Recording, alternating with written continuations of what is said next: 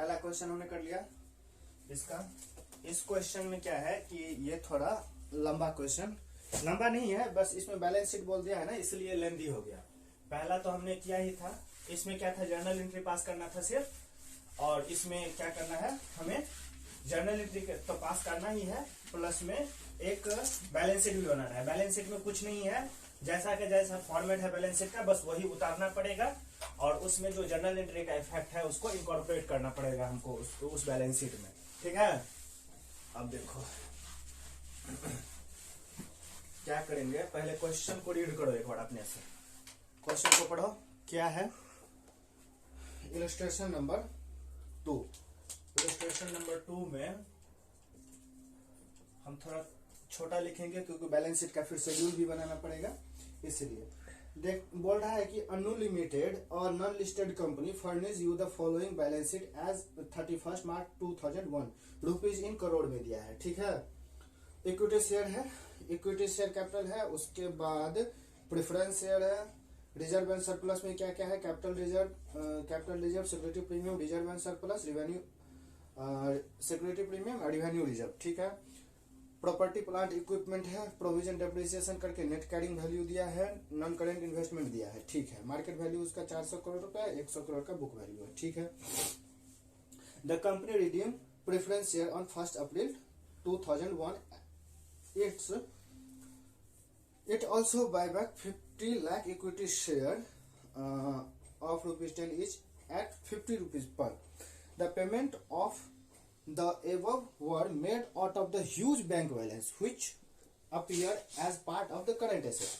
अब देखो क्या बोला है, हमें करने के लिए क्या बोला है, रिक्वायरमेंट क्या है, you are asked to journal entry pass करना है और बैलेंस शीट बनाना है। पहला रिक्वायरमेंट क्या है, in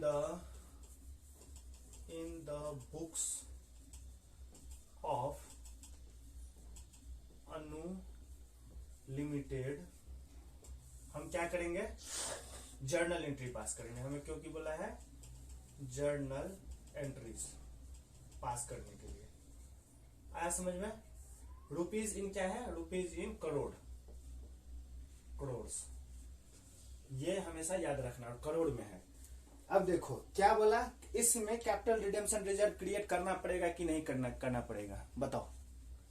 capital redemption reserve create करना पड़ेगा, क्यों, लास्ट में क्या बोल दिया है, the payment for the above word made of the huge bank balance, यानी कि कंपनी के पास ऑलरेडी बैंक बैलेंस बचा हुआ है, उसमें से वो बायबैक करेगा, उसमें से बायबैक जो करेगा शेयर होल्डर को पैसा देगा, यानी कि ये फ्रेश इशू नहीं कर रहा है, नया शेयर इशू नहीं कर रहा है इसके बदले, इसीलिए फ्रेश इशू नहीं कर रहा है, इसलिए हम कैपिटल रिडेम्पशन रिजर्व क्रिएट करेंगे। जितना फेस वैल्यू का ये बायबैक करेगा उतने का हम कैपिटल रिडेम्पशन रिजर्व क्रिएट करना पड़ेगा। अब देखो क्या है, इसने बोला कि 1 अप्रैल को इसने रिडीम कर लिया प्रेफरेंस शेयर को। हाँ, एक बात इसमें और ध्यान रखना, बायबैक जो किया था कैपिटल रिडेम्पशन रिजर्व जो हम क्रिएट करेंगे, उसमें दोनों का प्रेफरेंस शेयर जो रिडीम किया, इक्विटी शेयर जो बायबैक किया, देखो दोनों हम मार्केट से खरीद ही रहे हैं, अपने शेयर होल्डर से खरीद ही रहे हैं, लेकिन जब हम प्रेफरेंस शेयर को वो करते हैं तो इसको लिखते हैं रिडीम कर रहे हैं, और जब हम इक्विटी शेयर को खरीदते हैं तो इसको बोलते हैं बायबैक। दोनों बात सेम ही है, लेकिन वर्ड दोनों के लिए अलग अलग यूज हो रहा है। तो इस दोनों का जो फेस वैल्यू जितने का हम कर रहे हैं उतने का हमें CRR बनाना पड़ेगा, ये याद रखना। ये बात इसमें ध्यान रखने वाला है, बच्चा इसमें गलती कर देगा कि सिर्फ बायबैक के लिए CRR बनाएगा और बाद बाकी का नहीं बनाएगा। और CRR बनाए या ना बनाए उसको किस चीज पे डिपेंड करता है, इस चीज पे डिपेंड करता है कि हमने नया फ्रेश इशू किया है कि नहीं। चलो पहला एंट्री जर्नल एंट्री पास करो। क्या है, प्रेफरेंस शेयर बायबैक करने के लिए, तो प्रेफरेंस शेयर इसमें क्या था, 12% प्रेफरेंस शेयर था 75 का, वो पूरा का पूरा बायबैक कर लिया। तो देखो हम जब 12% preference share capital account debit कितना है, 75 करोड़ रुपया है, 75, इसको हम कर देंगे टू बैंक अकाउंट। नहीं, यहाँ पे बैंक अकाउंट डायरेक्ट मत लिखो, प्रेफरेंस शेयर होल्डर अकाउंट लिख दो, क्योंकि बैंक अकाउंट भी कर सकते हैं क्योंकि हम रिडीम कर दिए हैं। 75, ठीक है। Being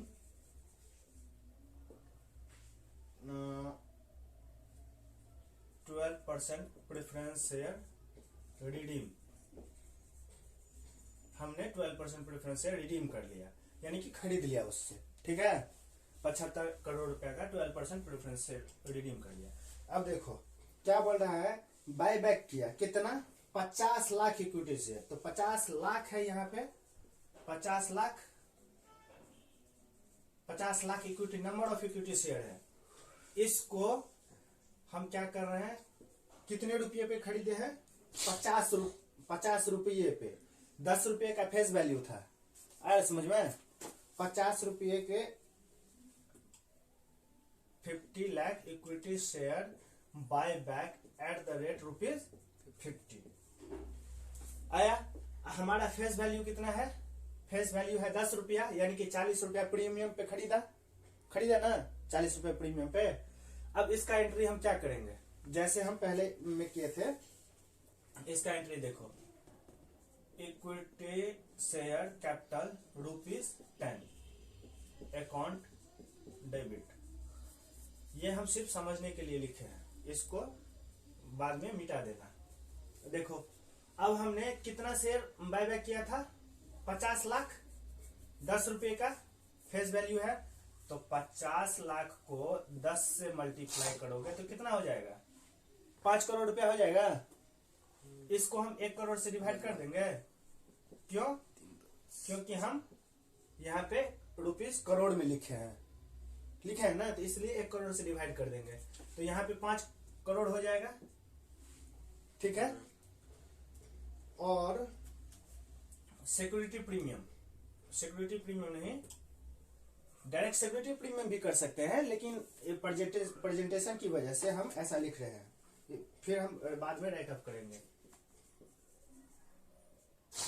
premium payable on buy back of equity share account debit, कितना हो गया। अब देखो 50 लाख है, 50 लाख इंटू 40 रुपीज हमारा प्रीमियम हो गया। इसको 1 करोड़ से डिवाइड कर देंगे तो क्या हो जाएगा। देखो यहाँ पे 10 था, यहाँ पे 4, तो 5 20 हो जाएगा। कैलकुलेट करके देख लो, कैलकुलेटर कहाँ गया। देखो हमने 50 लाख इक्विटी से खरीदा 40 रुपये पे, इसको डिवाइड कर देंगे 1 करोड़ से, 20 करोड़ आ गया। 20 करोड़ यानी कि प्रीमियम हो जाएगा, इसमें 20 करोड़ का हमने प्रीमियम दिया। और to equity share buy back account 25 crore ठीक है। यहां पे क्या लिखेंगे, being equity share buy back, bought back, ऐसे लिखेंगे। अब फिर इक्विटी शेयर हमने बाय बैक कर लिया, इसको पेमेंट भी तो करेंगे। इक्विटी शेयर को जो बाय बैक किया है, equity share buy back account debit 25 to bank account. अब देखो पिछले क्वेश्चन में क्या था, हमने एक इन्वेस्टमेंट बेचा था, लेकिन इसमें कोई इन्वेस्टमेंट नहीं बेचा है। पहले से बोल दिया कि हमारे बैंक में बहुत पैसा पड़ा हुआ है, कंपनी के बैंक में बहुत सारा पैसा पड़ा हुआ है, उसको हम यूज करेंगे, ठीक है। Being payment made for equity share bought back, हमने पेमेंट कर दिया। अब देखो हमने पेमेंट भी कर दिया, और ये जो है प्रीमियम पेएबल ऑन बायबैक जो है 20 का, इसको हम किससे सेटअप करेंगे, हम इसके लिए बैलेंस शीट देखेंगे। यदि पहला प्रेफरेंस हमारा रहेगा कि सिक्योरिटी प्रीमियम से करें, क्योंकि यहाँ पे प्रीमियम है, तो प्रीमियम से यदि सेटअप हो जाएगा तो प्रीमियम से करेंगे। तो इसमें देखो हमें 20 का जरूरत है, 20 सिक्योरिटी प्रीमियम है, हाँ है सिक्योरिटी प्रीमियम 25 करोड़ रुपया ऑलरेडी पड़ा हुआ है, तो उसको हम पहले इससे कर लेंगे। और जितना भी मान लो यहाँ पे 20 का जरूरत है, सिक्योरिटी प्रीमियम में 10 रहता, तो 10 पहले हम सिक्योरिटी प्रीमियम से यूज कर लेते, उसके बाद हम रिवेन्यू रिजर्व पे या और दूसरे कोई फ्री रिजर्व पे जाते। चूंकि हमारे पास सिक्योरिटी प्रीमियम इनफ है बैलेंस शीट में पड़ा हुआ, तो चौथा एंट्री हो जाएगा सिक्योरिटी प्रीमियम अकाउंट डेबिट, कितने से 20 से, to premium payable on buy back of equity share. 20 का यहाँ पे नरेशन क्या लिखोगे, बीइंग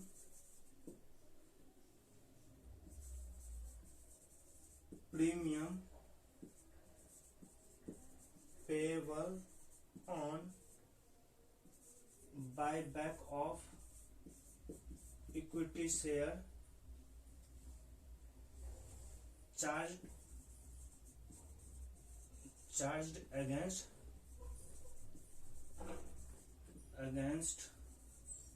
सिक्योरिटी प्रीमियम। ठीक है, यहाँ पे ये भी लिख सकते हो कि being security premium used to write off premium payable on buy back. ठीक है, यहाँ पे समझ में आ रहा है ना, ये नोट कर लो इसको। ठीक है, सिक्योरिटी प्रीमियम हम यूज कर लिए।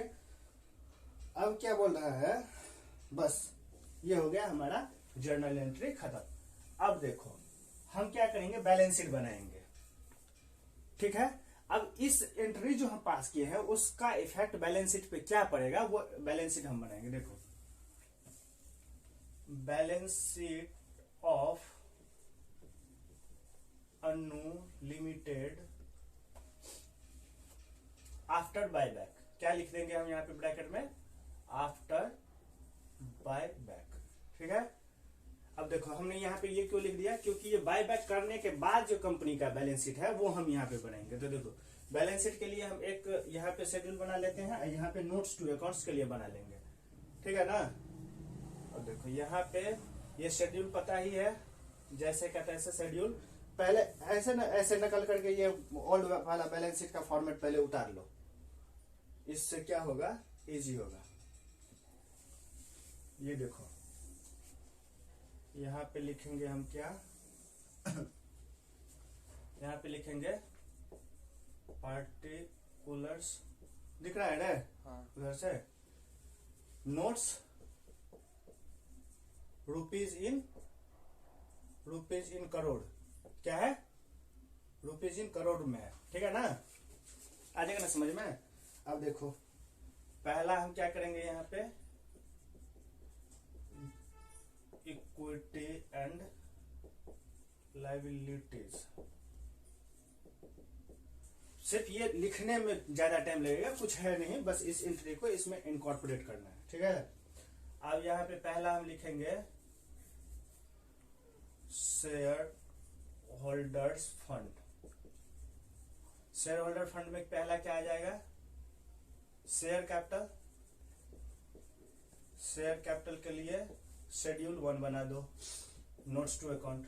रिजर्व एंड सरप्लस के लिए तो अच्छा एक एंट्री तो भूल ही गया रे, लास्ट में क्या बोले थे, फ्रेश इशू क्या है, ये नहीं, फ्रेश इशू नहीं किया तो कैपिटल रिडम्पशन रिजर्व नहीं बनाएंगे, ये तो हम भूल ही गए। इसको लिखो, इसको कहाँ पे लिखोगे, 5वां एंट्री यहाँ पे लिख लो, 5वां एंट्री यहाँ पे लिखो।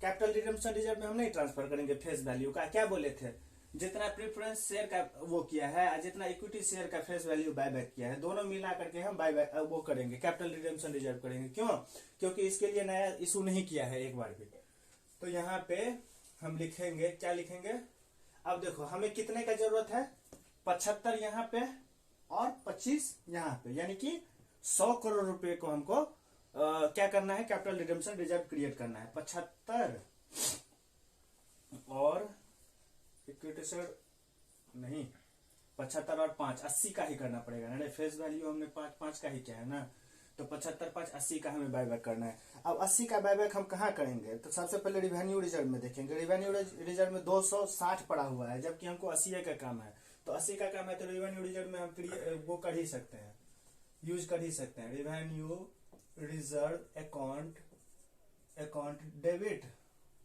रिवेन्यू रिजर्व अकाउंट डेबिट हो गया कितने से, 80 से to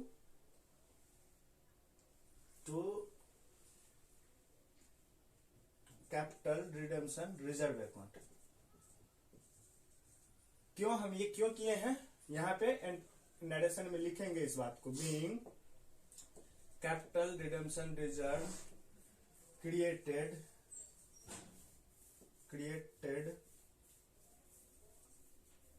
for redemption of preference share and buyback of equity share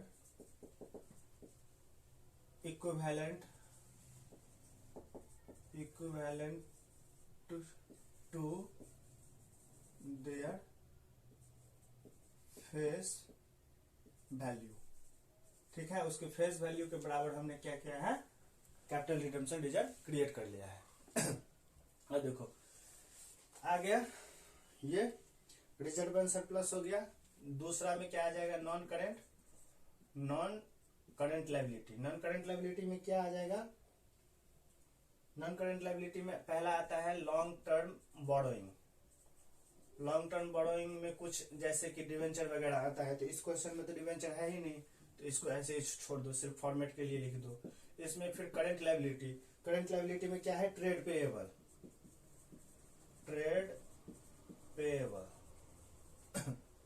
बस ये हो गया लायबिलिटी साइड का कुल टोटल। फिर दूसरा आ जाओ एसेट्स में क्या आता है, पहला एसेट्स में आता है fix asset, non current assets में पहला क्या आता है, पहला लिखो फिक्स एसेट्स। ऐसे अंदर में और सारा बात आएगा, फिक्स एसेट ये वो फलाना ढिंकाना ऐसे करते जाओगे। तो नॉन करेंट फिर फिक्स एसेट्स लिखो, फिर टेंजिबल इंटेंजिबल ऐसे करके लिखना। लेकिन यहाँ पे ऐसा टेंजिबल इंटेंजिबल कुछ नहीं है, तो प्रॉपर्टी प्लांट इक्विपमेंट डायरेक्ट लिख लो। पीपीई 3 है तो शेड्यूल भी 3 दे दो। दूसरा क्या बच गया, नॉन करेंट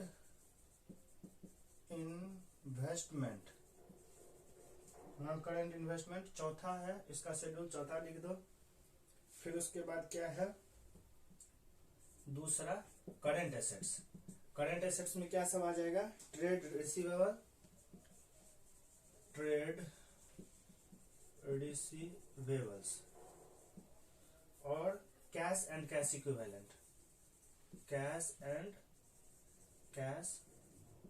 इक्विवेलेंट्स। अब देखो हो गया ये टोटल करके यहाँ पे बैलेंस शीट बन जाएगा तुम्हारा, खत्म। यहाँ पे इतना करने का कोई जरूरत नहीं है। अब देखो पहला शेड्यूल हमें क्या रिक्वायरमेंट है, शेयर कैपिटल। तो शेयर कैपिटल यहाँ पे हम लिखेंगे नोट्स टू अकाउंट्स। पहला यहाँ पे लिख दो रुपीज इन करोड़, अर्थ दिख रहा है, रुपीज इन करोड़। पहला शेड्यूल में हम क्या करेंगे, शेयर कैपिटल। अब देखो शेयर कैपिटल में पहले कंपनी का शेयर कैपिटल कितना था, 75 था प्रेफरेंस शेयर, तो 75 का 75 तो राइट ऑफ हो गया, बचा ही नहीं। अब इक्विटी शेयर बच गया। इक्विटी शेयर कैपिटल कितना बचा, ये लिखो इक्विटी शेयर कैपिटल। अब देखो इक्विटी शेयर हमने कितना बायबैक किया, 50 लाख मैंने बायबैक कर लिया 10 रुपए का। यहाँ पे 25 करोड़ था, 25 करोड़ में हमने 5 का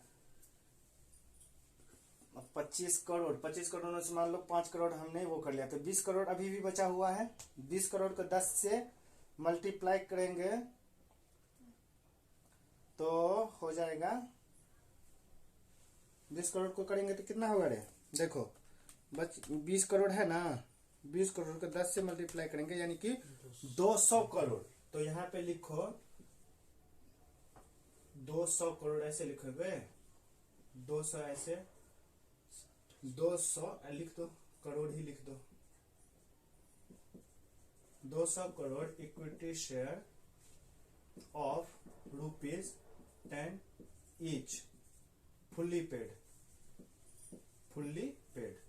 तो कितना हो जाएगा, यहाँ पे 20 करोड़ हो जाएगा, क्योंकि हम रुपीज इन करोड़ में लिख रहे हैं। तो इसको 200 करोड़ को इससे मल्टीप्लाई करेंगे 10 से, और इसको रुपीज में कन्वर्ट करेंगे तो कितना हो जाएगा, देख लो। 200 2 2 4 2 6 200 2 2 4 2 6 1 7, इसको डिवाइड करेंगे, इंटू करेंगे 10 से, डिवाइड बाय 2 2 4 2 6 1 7। देखो 2000 नहीं, कुछ गड़बड़ हो रहा है। 200 करोड़ कैसे, 20 हो गया वहां पे, 20 करोड़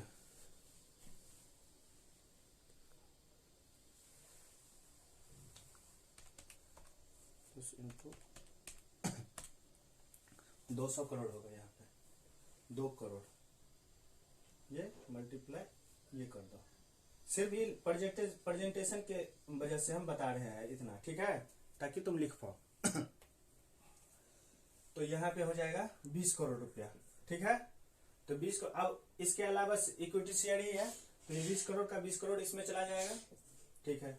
अब देख लो रिजर्व एंड सरप्लस में क्या हो गया, रिजर्व एंड सरप्लस में पहले देखो, रिजर्व एंड सरप्लस में पहले तो कैपिटल रिजर्व है, तो कैपिटल रिजर्व हमने कुछ नहीं किया है, कैपिटल रिजर्व को वैसे का वैसा ही लिख दो, कैपिटल रिजर्व 15। उसके बाद सिक्योरिटी प्रीमियम, सिक्योरिटी प्रीमियम 25 है, सिक्योरिटी प्रीमियम पहले कितना था 25, इसमें है 25 माइनस हमने यूज किया कि कितने का क्या है 20 का, आया समझ में। सिक्योरिटी प्रीमियम हमने यूज कर लिया ना प्रीमियम पेएबल के लिए, तो 5 आ जाएगा, सिर्फ सिक्योरिटी प्रीमियम 5 ही रह गया। उसके बाद रेवेन्यू रिजर्व देखो, रेवेन्यू रिजर्व इसमें कितना था 260 का, 260 में से हमने कितना यूज कर लिया 80, तो हमें कितना बच गया 180, इसमें से 180 बच गया, ठीक है। और रेवेन्यू रिजर्व तो हो गया, एक हमने नया रिजर्व क्रिएट किया है कैपिटल रिडेम्पशन रिजर्व, तो कैपिटल रिडेम्पशन रिजर्व यहाँ पे क्रिएट कर लेंगे 80 का। देखो हमने क्या किया, रेवेन्यू में से 80 घटा लिया और यहाँ पे 80 जोड़ दिया, कुछ फर्क पड़ा नहीं, कुछ नहीं फर्क पड़ा, 80 एक में से गया एक में से आया। तो अब इसको देख लो, 20 यहाँ पे हो गया, 280 हो जाएगा ना। कुल टोटल कितना हो गया रिजर्व एंड सरप्लस 280 यहाँ पे लिख दो। अब हमारा इतना शेड्यूल कंप्लीट हो गया। ट्रेड पेएबल कितना था देख लो, 40 था। ट्रेड पेएबल का हमने कुछ किया ही नहीं, तो ट्रेड पेएबल का एंट्री कुछ है तो उस पर कुछ इफेक्ट ही नहीं पड़ेगा, चला गया वहां पे। अब देख लो 340 हो गया कुल टोटल। अब देख लो प्रॉपर्टी प्लांट इक्विपमेंट हमने कुछ चेंज किया, प्रॉपर्टी प्लांट इक्विपमेंट जितने का था 100 का नहीं, अरे कुछ प्रॉपर्टी प्लांट इक्विपमेंट कुछ है ही नहीं, 0 है, उल्लू बना रहा है खाली इंफॉर्मेशन दे करके। चौथा non current investment, non current investment 100 का था, हमने उसका भी कुछ नहीं किया तो उसका भी 100 लिख दो नॉन करेंट इन्वेस्टमेंट। फिर उसके बाद कैश एंड कैश इक्विवेलेंट का हमने कुछ किया है, देखो 75 पे किया है यहाँ पे, फिर 25 पे किया है यहाँ पे, तो 2 बार हमने कैश का यूज किया है। तो देखो कंपनी के पास कैश एंड बैंक में कितना पड़ा हुआ था 200, उसमें से 75 माइनस होगा, फिर और हमने एक बार और किया है यूज 25, तो कुल टोटल 100 चला गया 100, तो ये हो गया 100। अब देखो ट्रेड रिसीवेबल छूट गया ना, तो ट्रेड रिसीवेबल देखो कितना था 140, तो 140 हो गया यहाँ पे, ठीक है। अब देखो कितना हो गया 340 हो गया, बैलेंस शीट मैच हो गया, बस हो गया तुम्हारा काम तमाम। बैलेंस शीट मैच हो गया, इसका मतलब तुमने कुछ न कुछ जिंदगी में अच्छा काम किया है। इसलिए हालांकि ये बैलेंस शीट कुछ है नहीं, इतना लंबा चौड़ा इसलिए हो गया क्योंकि ये हमको बार बार घटाना जोड़ना पड़ा। बाद बाकी ये 4 एंट्री जो है ना 1 2 3 4 और ये वाला 1 5 यही इंपॉर्टेंट है, बस ये बन गया, तुमने 5 एंट्री पास कर दिया, बाद बाकी तुम्हारा बैलेंस शीट अपने आप बन जाएगा। जितना इक्विटी शेयर माइनस हुआ है उसको माइनस करके लिख दो। पहले कितना था, पहले बैलेंस शीट में देखो इक्विटी शेयर कितने का था 25 का था, 25 में से 5 चला गया, 20 रह गया। रिजर्व एंड सरप्लस में 280 हो गया, पहले कितना था 300, क्यों 20 का सिक्योरिटी प्रीमियम हमने यूज कर लिया वहां पे, प्रीमियम पेएबल ऑन बायबैक, इधर देखो प्रीमियम पेएबल ऑन बायबैक उस पे, इसलिए 20 से कमी हो गया। ट्रेड पेएबल में हमने कुछ किया ही नहीं छेड़खानी, उससे कोई मतलब नहीं। इसमें भी नॉन करेंट इन्वेस्टमेंट में हमने भी कुछ नहीं किया, ट्रेड रिसीवेबल में भी हमने कुछ नहीं किया, कैश एंड बैंक बैलेंस में कुछ किया था तो उसका ट्रीटमेंट कर दिया, बस हो गया, खेला खत्म। अब देख लो इसका सॉल्यूशन से एक बार मैच कर लो, क्या है 340 है, 340 है, सब कुछ ठीक ठाक ही। चलो हो गया, ये क्वेश्चन कुछ नहीं था, खत्म हो गया। दूसरा देखो,